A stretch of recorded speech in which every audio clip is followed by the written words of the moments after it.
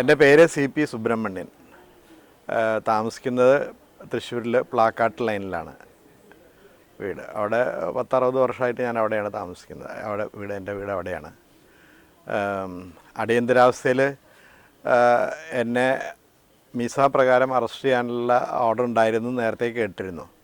അപ്പോൾ എൻ്റെ വീട്ടിൽ വന്നിട്ടാണ് വീട്ടിലവർ 4 പ്രാവശ്യം 2-4 പ്രാവശ്യം വീട്ടിൽ വന്ന് വളയൊക്കെ ഉണ്ടായിട്ടുണ്ടായിരുന്നു. പോലീസും മറ്റു ആൾക്കാരെ കൂടി വളയുണ്ടായിരുന്നു. പക്ഷെ നേരത്തെ നമുക്ക് അറിയാവുന്നതുകൊണ്ട് നേരത്തെ ഞാൻ രാത്രി അവിടെ വീട്ടിൽ തങ്ങാറില്ല, പുറമേ ആയിരിക്കും. അങ്ങനെ പുറത്ത് വെച്ചിട്ടാണ് എന്നെ പിടിക്കുന്നത്. ഒരു ദിവസം റൗണ്ടിൽ കൂടെ പോകുന്ന സമയത്താണ് എന്നെ അറസ്റ്റ് ചെയ്ത് കൊണ്ടുപോകുന്നത്. അറസ്റ്റ് ചെയ്ത് കൊണ്ടുപോയി മറ്റേ പോലീസ് സ്റ്റേഷനിൽ ചില ആൾക്കാരൊക്കെ അറിയുന്ന ആൾക്കാരുണ്ടായിരുന്നവരുണ്ട്. വലിയ ഉപദ്രവങ്ങളൊന്നും ഉണ്ടായിട്ടില്ല, മർദ്ദനങ്ങളൊന്നും ഞാൻ ഏറ്റിട്ടില്ല. അത് കഴിഞ്ഞ് രാത്രിയായിപ്പോൾ മുൻപുണ്ടായിരുന്ന രമൺ ശ്രീവാസ്തവ, അദ്ദേഹം അന്ന് ഇവിടുത്തെ അസിസ്റ്റൻറ്റ് പോലീസ് കമ്മീഷണറായിരുന്നു. അങ്ങനെയാണ് അങ്ങനെ ചാർജ് എടുത്തിരുന്നത്.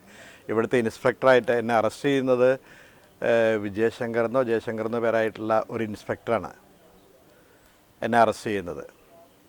അപ്പോൾ രാത്രി കുറേ ആയിപ്പോൾ അപ്പോഴാണ് അറിയുന്നത് എന്നെ ഇങ്ങനെ മിസ പ്രകാരം അറസ്റ്റ് ചെയ്തിരിക്കുകയാണ്, അങ്ങനെ വെച്ചിരിക്കുകയാണെന്നൊക്കെ പോലീസുകാർ എന്നോട് പറഞ്ഞപ്പോൾ ഞാനവിടെ അങ്ങനെ പുറത്ത് അവരൊക്കെ ആയിട്ട് പറഞ്ഞ് നിൽക്കുകയായിരുന്നു. അപ്പോൾ ഈ രമൺ ശ്രീവാസ്തവ വരുന്നുണ്ടെന്ന് പറഞ്ഞപ്പോൾ ഉടനെ എൻ്റെ ഷർട്ടും മുണ്ടൊക്കെ അഴിപ്പിച്ച് അണ്ടർവെയർ മാത്രം ഇട്ടിട്ട് ലോക്കപ്പിൻ്റെ ഉള്ളിലാക്കി.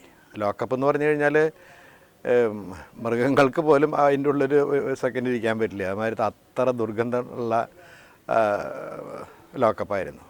രാവിലെ വരെ അതിൻ്റെ ഉള്ളിൽ തന്നെ ഉറങ്ങാതെ പ്രയാസപ്പെട്ട് കഴിച്ചു കൂട്ടി.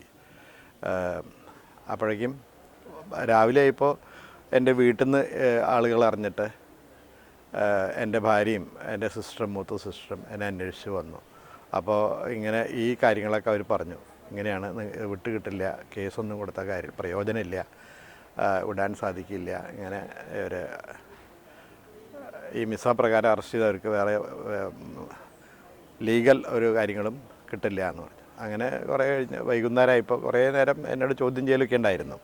ആരാ നിങ്ങളുടെ ഗുരു, ആരാ നിങ്ങളെ ഇതിന് പ്രേരിപ്പിച്ചത്, നിങ്ങളെവിടെയൊക്കെ ആളുകളെ ഉപദ്രവിച്ചിട്ടുണ്ട്, കൊന്നിട്ടുണ്ട് എന്നൊക്കെ ചോദിച്ചിട്ടുള്ള ചോദ്യങ്ങളൊക്കെ, ഒരുപാട് ചോദ്യങ്ങളൊക്കെ ചോദിച്ചു. പക്ഷേ അത്തരം ചോദ്യങ്ങൾക്കൊന്നും എനിക്ക് പറയാനുണ്ടായിരുന്നില്ല. ഞാൻ ആരും ഉപദ്രവിച്ചിട്ടില്ല, കൊന്നിട്ടുമില്ല, ഒന്നും ചെയ്തിട്ടില്ല. അപ്പോൾ നിങ്ങൾ ഈ അണ്ടർഗ്രൗണ്ട് പ്രവർത്തനം നടത്തുമായിരുന്നില്ലേ? അപ്പോൾ ഞാൻ എന്നെ പിടിക്കുന്ന സമയത്ത് ഒരു 10-15 ദിവസത്തിന് ശേഷമാണ്, അടിയന്തരാവസ്ഥയിൽ മറ്റുള്ള ആൾക്കാരൊക്കെ പിടിച്ച് 15-16 ദിവസത്തിന് ശേഷമാണ് എന്നെ കൊണ്ടുപോകുന്നത്. എനിക്ക് കൃത്യമായിട്ട് ആ ഡേറ്റ് ഓർമ്മയില്ല. അങ്ങനെ അവർ ജയിലിലേക്ക് കൊണ്ടുപോവുകയാണ്. വിജയശങ്കറാണ് എന്നെ, ജയശങ്കറെന്നോ ആണ് ആ ഇൻസ്പെക്ടറുടെ അന്നത്തെ പേര് കൃത്യമായിട്ട് ഓർമ്മയില്ല.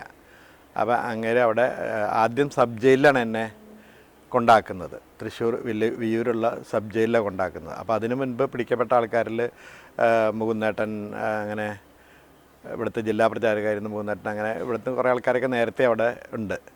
അങ്ങനെ എന്നെ അതിൻ്റെ ഉള്ളിൽ സബ് ജയിലിലാക്കി. അത് കഴിഞ്ഞ് കുറച്ച് കാലം കഴിഞ്ഞപ്പോൾ ജനസംഘത്തിൻ്റെ ആളുകൾക്കൊക്കെ A ക്ലാസ്, രാഷ്ട്രീയക്കാരെന്നുള്ള നിലയ്ക്ക് അവർക്ക് A ക്ലാസ്, ഞങ്ങളൊക്കെ മറ്റേ വിഭാഗത്തിൽ വിയ്യൂർ സെൻട്രൽ ജയിലിൻ്റെ ഉള്ളിലേക്കാക്കി.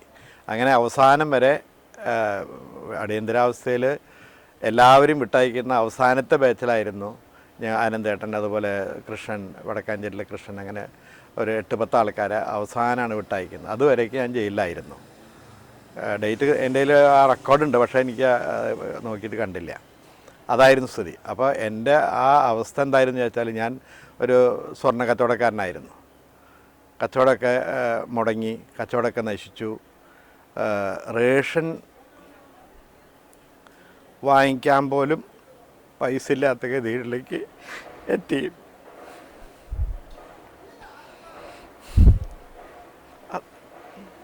പറഞ്ഞറിയിക്കാൻ പറ്റാത്ത പ്രയാസമായിരുന്നു. ഇന്ന് വരെ അതനുഭവിച്ചുകൊണ്ടിരിക്കുക. എൻ്റെ സ്വന്തം പ്രയത്നം കൊണ്ട് ഇതൊക്കെ ഉണ്ടായിട്ടുണ്ട്, ശരിയാണ്, പല കാര്യങ്ങളും ഉണ്ടായിട്ടുണ്ട്. ഞാനാണെങ്കിൽ സംഘത്തിൽ സാധാരണ നിലയ്ക്ക് സ്വയംസേനായിട്ട് പോയി ഒരു 70-ലോ അല്ല 58-ലൊക്കെ ഞാൻ 7ാം ക്ലാസ്സിൽ പഠിക്കുന്ന കാലം തൊട്ട് ഞാൻ സംഘത്തിൻ്റെ പ്രവർത്തകനാണ്, വന്നുകൊണ്ടിരിക്കുന്ന ആളാണ്. അതിൽ നിന്ന് റവന്യൂ ജില്ലയുടെ ഉത്തരവാദിത്തങ്ങളുണ്ടായിരുന്നു സംഘത്തിൻ്റെ തന്നെ. അത് കഴിഞ്ഞ് അഖില ഭാരതീയ പ്രതിനിധിയായിട്ട് സംഘത്തിൻ്റെ നാഗ്പൂരിലേക്ക് 2 പ്രാവശ്യം പോയിരുന്നു. അതുപോലെ വീണ്ടും 1-2 കാര്യങ്ങൾക്കായിട്ട് അവിടെ നടക്കുന്ന പരിപാടികൾക്ക് നാഗ്പൂരിലേക്ക് പോയിട്ടുണ്ടായിരുന്നു. അതൊക്കെ സ്വന്തം കയ്യിൽ നിന്ന് പൈസ ചിലവാക്കിയിട്ട് മാത്രം പോകുന്നൊരു ഇതായിരുന്നു. 3rd ഇയർ OTC കഴിഞ്ഞു. മകനെ ഇതൊന്നും പ്രയാസങ്ങളൊക്കെ അനുഭവിച്ചുകൊണ്ടിരിക്കുന്ന സമയത്തും മകനെ ഇവിടെയാണ് വ്യാസവിദ്യാലയത്തിലാണ് പഠിപ്പിച്ചത്. സംഘത്തിൻ്റെ ആദർശങ്ങൾ പഠിക്കാൻ വേണ്ടി 6 കൊല്ലം അവിടെയായിരുന്നു. തിരിച്ച് വീട്ടിലേക്ക് വരുന്ന സമയത്ത് എല്ലാം നശിച്ചു. ബിസിനസ്സും പോയി, സാമ്പത്തികതും പോയി, എല്ലാം കഴിഞ്ഞു. അങ്ങനെ കുറേശ്ശായിട്ട് സംഘത്തിൽ നിന്ന് കിട്ടിയിട്ടുള്ളതനുസരിച്ച് ജീവിച്ച് പഠിച്ചു, അങ്ങനെയൊക്കെ എത്തി. ഇപ്പോൾ മക്കളൊക്കെ ഉണ്ട്, മക്കളൊക്കെ പ്രായമായി കല്യാണം കഴിച്ചു കൊടുത്തു, മകന് ജോലിയുണ്ട്, ഈ തരം കാര്യങ്ങളൊക്കെ ഉണ്ട്. എന്നാലും ഇപ്പോഴും ഈ 40 കൊല്ലത്തിന് ശേഷവും എൻ്റെ സാധിക്കുന്നില്ല. ഇപ്പം എനിക്ക് 80ാമത്തെ വയസ്സാണ് എനിക്ക്. അതുകൊണ്ട് എനിക്ക് ശരിക്ക് നിയന്ത്രിക്കാൻ പറ്റുന്നില്ല ഈ കാര്യങ്ങളൊന്നും. പിന്നെ അതിന് ഇടയ്ക്ക് ഞാൻ ചില സമയത്ത് കുറച്ച് കാലം BJPയുടെ ജില്ലാ ട്രഷററായിരുന്നു ഈ അവസരത്തിൽ തന്നെ. അത് കഴിഞ്ഞ് ജില്ലാ സംസ്ഥാന സമിതി അംഗമായി, അങ്ങനെയൊക്കെ ഉണ്ടായിരുന്നു. ഇപ്പോൾ ഈ നമ്മളിപ്പോൾ കാണുന്നത് പോലെയും പറയുന്നതും പോലെയല്ല അനുഭവങ്ങളൊന്നും. അപ്പോൾ അതുകൊണ്ട് ഉത്തരവാദിത്തങ്ങളെല്ലാം ഒഴിവായി സ്വയം ഒഴിവായി ഇപ്പോൾ ഒരു ഉത്തരവാദിത്തം ഏറ്റെടുക്കാതെ വീട്ടിലിരിക്കുക.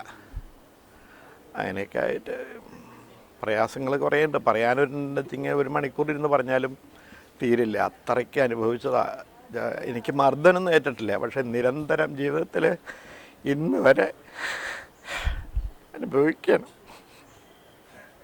കാണുമ്പോൾ പ്രയാസങ്ങളൊന്നുമില്ല. ഞാൻ ഒരു സ്കൂട്ടർ വാങ്ങിച്ചത് 40 കൊല്ലമായിട്ട് 32 കൊല്ലമായിട്ട് ഉപയോഗിച്ചുകൊണ്ടിരിക്കുക.